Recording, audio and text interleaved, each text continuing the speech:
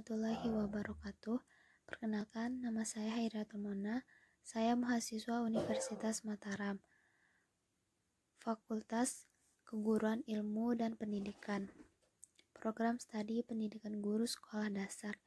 Di sini saya akan membahas tentang perpindahan kalor secara konduksi, konveksi, dan radiasi. Sebelumnya saya akan memaparkan apa sih konduksi, konveksi, dan radiasi itu. Jadi, perpindahan panas atau kalor secara konduksi yaitu perpindahan panas tanpa memindahkan zat perantaranya. Jadi, pada peristiwa perpindahan kalor secara konduksi yang berpindah hanya kalornya saja.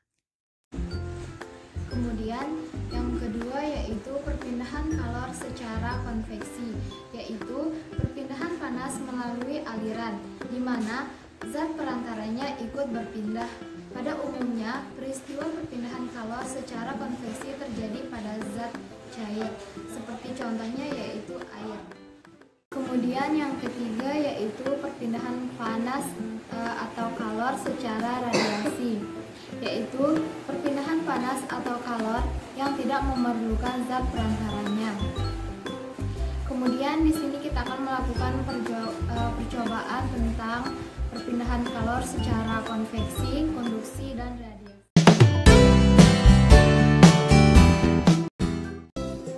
Jadi contoh yang pertama itu yaitu contoh konduksi, di mana contoh ini panasnya berasal dari api yang memancar ke tempat ini. Kemudian panas ini akan merambat dari benda yang satu ke benda yang lainnya, maka lama-kelamaan akan terasa panas. Nah, ini contoh dari perpindahan konduksi.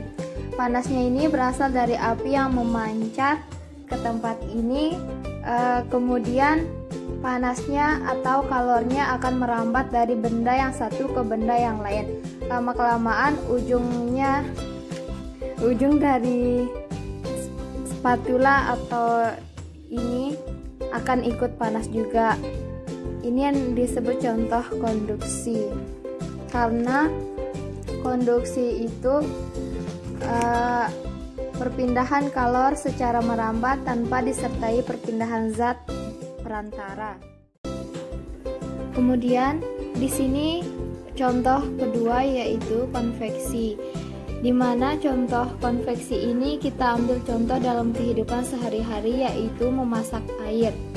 Dalam air pertama kali kita panaskan, airnya tidak mendidih. Kemudian selang 10 menit airnya sudah mendidih.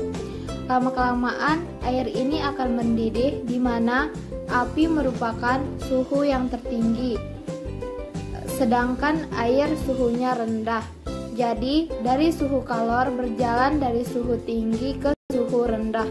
Kemudian air mendidih diikuti oleh partikel-partikel zat.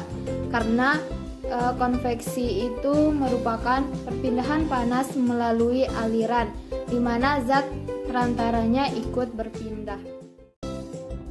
Kemudian di sini kita menggunakan contoh radiasi. Contoh yang ketiga, biasanya disertai dengan cahaya. Di sini kita menggunakan lilin.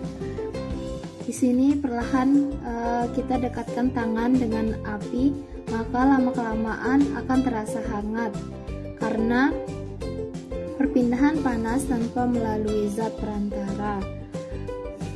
Kemudian selain menggunakan lilin, dalam kehidupan sehari-hari juga contoh lainnya menjemur pakaian.